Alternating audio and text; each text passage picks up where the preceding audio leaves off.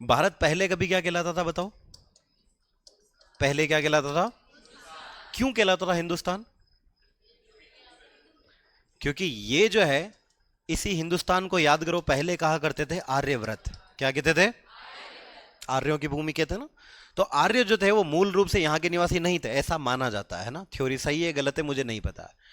ये जो वर्तमान में अफगानिस्तान, ये जो किर्गिस्तान, ये जो इलाके हैं, यहाँ पर कई सारी जनजातियां रह करती थी, उनमें एक थी आर्य। वो आर्य यहाँ अफगानिस्तान के पास में एक पर्वत है जिसका नाम है हिंदू कुश। क्या नाम है? क्योंकि वो हिंदू कुश पर्वत को पार करके आए, इसके लिए यहाँ के लोगों ने इनको क्या कहा? हिंदुस्तानी या आर्य। बात क्लियर?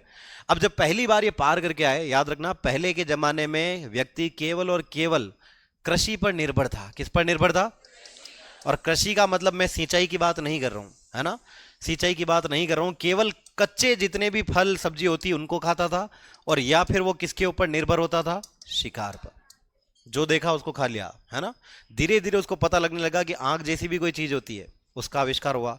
अब आप कभी इंडियन हिस्ट्री में पढ़ोगे कि ये जो आर्य हैं ये सबसे पहले ऊपर की तरफ आए अपने अफगानिस्तान पार करके, इसलिए इन्होंने अपना साम्राज्य का विस्तार यहाँ किया।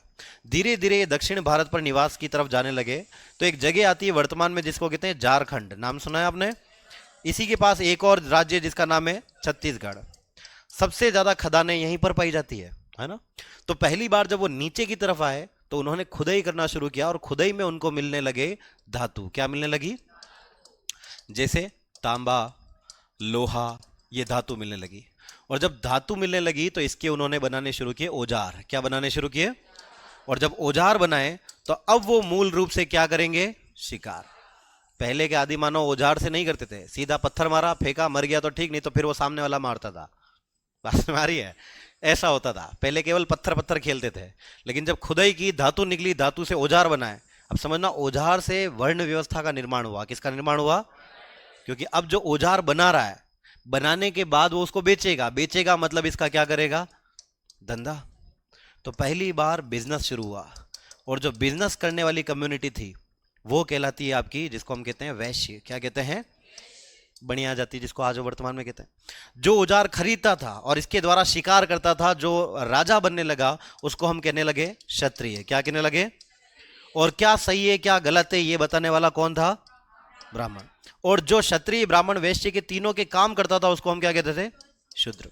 तो पहली बार जब बिजनेस शुरू हुआ तब हमने वर्ण बनाने शुरू किए हैं। ये बहुत बाद में आए, पहले वर्ण व्यवस्था भी नहीं थी। बात में आ रही है? धीरे धीरे ये सब प्रणाली शुरू हुई। धीरे धीरे, ओहो नींद आ रही दीदी? क्या? पानी पी लो एक बार, है ना। चलो उद्विकास ही पढ़ा दूं क्या सीधा? ये काम की बात नहीं है आपके सिलेबस की। तो आप देखोगे कि पुराने जमाने में आपने एक नाम सुना होगा, वैदिक काल। सुना है क्या? कोई भी टाइम पीरियड या एरा हो उसको दो भागों में बांटते हैं। कितने भागों में? जैसे वैदिक काल को कहते हैं पूर्व वैदिक काल और उत्तर वैदिक काल। पूर्व वैदिक काल में कबीलों का निर्माण था। किसका निर्माण था? पुराने जमाने में लोग कबीले बना के रहते थे। राम भगवान के टाइम पे भी कबीले ही हुआ करते थे। तो उसमें एक व्यक्ति दूसरे व्यक्ति पर अटैक करता था, अपने साम्राज्य का विस्तार करता था। और क्योंकि पुरुषों को मेहनती साहसी माना जाता है, इसलिए कबीले का मुखिया कौन? पुरुष होते थे। ठीक है। हालांकि उस जमाने में महिलाओं को भी बनाया जाता था। तो धीरे धीरे जब धंधा शुरू हुआ मतलब क्या आना शुरू हुआ? और पैसा इंसान को लालची बना देता है। तो जब लालच आने लगा तो इन्होंने कहा कि ये काम तो बढ़िया है, अपना राजा खिला रहे हैं अपन। इनको लगने लगा ये अच्छा है, अपने पास पैसा आता है। इनको लगने लगा बेवकूफ़ बनाओ पैसा कमाओ। सबसे खराब हालत किसकी हो गई? शूद्रों की। इसके बाद आप देखोगे कि हिंदू धर्म बढ़ गया। आप देखते हो जैन धर्म की उत्पत्ति हुई, है ना, बौद्ध धर्म की उत्पत्ति, वो कभी और पढ़ेंगे। तो अब धीरे धीरे जो वर्ण व्यवस्था थी, ये वर्ण व्यवस्था शक्ति के आधार पर ना होकर कैसी होने लगी? जन्मजात। क्योंकि उनको लगने लगा कि ये काम बढ़िया है, पैसा मिल रहा है इससे, इधर उधर दौड़ना नहीं पड़ता है। जो छोटे मोटे काम है वो इनसे करवा लो, जो पाठ पूजा के काम है वो इनसे करवा लो, धंधा इनसे करवा लो, टैक्स इनसे ले लो। तो धीरे धीरे ये सब काम होने लगे। अब क्या हुआ कि औजारों का निर्माण हुआ, लोग बाग खेती करने लगे। अब क्या करने लगे? जबकि पहले वो पूर्ण रूप से किसके ऊपर निर्भर थे? पशुपालन पर पूर्ण रूप से निर्भर थे। लेकिन अब जब औजार बने तो आप देखते हो कि हल बनाने लगे, वो जानवरों का उपयोग लेने लगे, खेती करना शुरू हुआ। खेती करना शुरू हुआ तो भारत को आपने सुना होगा कृषि प्रधान देश कहते हैं। कौन सा देश कहते हैं? और आप में से भी कई लोग ऐसे होंगे जिनका अभी भी कृषि से, खेती से सीधा जुड़ाव होगा, है या नहीं है? यस और नो? क्योंकि भारत कैसा देश माना जाता है? कृषि प्रधान। और खेती कभी भी एक इंसान नहीं कर सकता है। उसके लिए जरूरत पड़ती है ज्यादा से ज्यादा संतानों की। जितनी संतान होगी उतनी ही ज्यादा क्या होगी, क्योंकि खेती करना आम बात नहीं है, मजदूरी करनी पड़ती है इसमें। तो लोगों को लगने लगा एक काम करते हैं, बच्चे पे बच्चे पैदा कर दो, जितने बच्चे होंगे उतनी अच्छी क्या होगी खेती। साइकोलॉजिकल आप देखना, आपके दादाजी के देखना कभी भी 5-7 से कम नहीं होंगे बच्चे, और आपके देखना, आपके तो नहीं हुए चला पड़ोसियों के देख लेना आसपास एक या दो ही होंगे, क्योंकि अब कृषि प्रधान नहीं है। पुराने जमाने में लोग बच्चे इसीलिए पैदा करते हैं कि अपन पैदा करेंगे तो मजदूरी इनसे करवाएंगे, काम बढ़ जाएगा, डिस्ट्रीब्यूशन ऑफ वर्क हो जाएगा।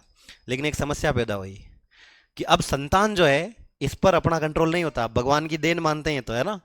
तो कोई जो संतान पैदा हुई है वो क्या हो सकता है, तो कोई क्या हो सकती है। तो जब वर्ण व्यवस्था बनने लगी, राजा टैक्स लगाने लगे, तो सबसे ज्यादा टैक्स तब लगाया जाता जब घर में क्या पैदा होती। और खेती जो है इसको मानसून का जुआ कहते हैं। क्या कहते हैं मानसून का। बरसात अच्छी होगी तो खेती अच्छी होगी, नहीं होगी तो फिर कुछ नहीं होगा। पुराने जमाने में आज जैसी हमारी व्यवस्थाएं, बांध हैं, झीलें हैं, तालाब है, घर पे नल आ रहे हैं, पहले ऐसा नहीं था। पहले खेती होती, बरसात होती तो अपन खेती करते थे, बाकी नहीं। अब ऐसे में सबसे बड़ा बोझ कौन लगने लगी, क्योंकि कभी आप पढ़ोगे कि लड़की के जन्म पर भी टैक्स लगाया जाता था। एक चंवरी कर लगते थे, पता है क्या आपको। चंवरी कर लगता था, कन्यावर कर लगता था, चूड़ा कर लगता, बहुत टैक्स लगाते थे अपने। महाराणा फतेह सिंह जी का नाम सुना होगा उदयपुर में। अपन बहुत कहते हैं महाराणा महाराणा महाराणा अच्छे नहीं थे, 84 प्रकार के टैक्स लगाते थे, अच्छा हुआ नहीं है वो अभी। हाँ, संविधान लागू हो गया, बहुत अच्छी बात है, वरना बिना बात महारानी ने आज खाना खाया टैक्स दो। राजा जी लड़ाई करने जा रहे हैं तो खिचड़ी लाग लाग बाग पड़े हो गए आप कभी, तो लाग बाग देने पड़ते थे, सीमा कर देना पड़ता था। बेटी का पैदा हो गए ये लो, आपकी बेटी की शादी है तो टैक्स दो, जमींदार को टैक्स, बहुत टैक्स थे अपने पर। तो जब पुत्री की शादी होती, सबसे बड़ी प्रथा निकल कर आई जिसको हम कहते हैं दहेज। कौन सी प्रथा।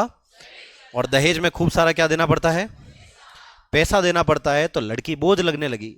और यही कारण था कि उत्तर भारत में सबसे ज्यादा हत्या किसकी होने लगी, लड़कियों की हत्या होने लगी। लगने लगा कि नहीं ये काम की नहीं है, अपने काम का आदमी कौन है, क्योंकि पुत्र है जो आगे किसको बढ़ाता है, अपने, ये नहीं बढ़ाएगी, ये तो अपने यहां से खाएगी पिएगी, दूसरे घर चली जाएगी, वहां का बढ़ाएगी। तो पुत्रियों की हत्या करने लगे लोग। धीरे धीरे एक समय ऐसा आया कि भारतीय समाज अत्यधिक कैसा होने लगा, निर्धन, गरीबी आने लगी। लेकिन फिर आप देखते हो कि आजादी के आसपास हमारा देश में क्या लागू हुआ, संविधान लागू हुआ। और जैसे ही संविधान लागू हुआ, संविधान ने देश में रहने के लिए क्या बना दिए, और कौन सी प्रथा को अवैध करार दे दिया, कि दहेज लेना पाप है, दहेज नहीं ले सकते हैं। किसकी हत्या बंद करवा दी, राजा महाराजा ट्राई कर रहे थे, उनसे हो कुछ नहीं रहा था। लेकिन जब कानून पारित हुआ तो इसको अपराध घोषित किया गया। अब जब अपराध है तो लोगों ने कहा कि भाई पुत्री पैदा हो रही है तो इसको भी रखना तो पड़ेगा। तो अब एक काम करो, जितने हो रहे हैं उतने ही पैदा करो, ज्यादा बच्चे पैदा मत करो।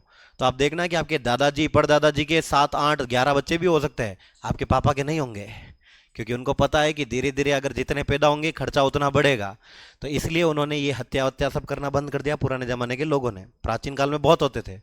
अब धीरे धीरे जब पता चलने लग गया कि पुत्र भी होगा, पुत्री भी होगी, इसकी शादी भी होगी, ये भी होगा, इसका मतलब अब व्यक्ति को स्पष्ट क्या होने लगे थे, संबंध, कि विवाह क्या होता है। क्योंकि पुत्री की जिससे शादी होगी वो घर का क्या बनेगा, दामाद। पुत्र जिसको लेकर आएगा वो कौन बनेगी, वो बहू बनेगी। और जबकि पुत्र की क्या लगेगी, वो पत्नी। पुत्र के जो संतान उत्पन्न होगी वो क्या कहलाएंगे, अपने पोते, पोते पोती। इसका मतलब अब धीरे धीरे क्या स्पष्ट होने लगे, और इसी के साथ किसका संबंध स्पष्ट होने लगा, हमारे परिवार का। कि परिवार अब निश्चित समूहों के, निश्चित संबंधों के आधार पर बना हुआ है।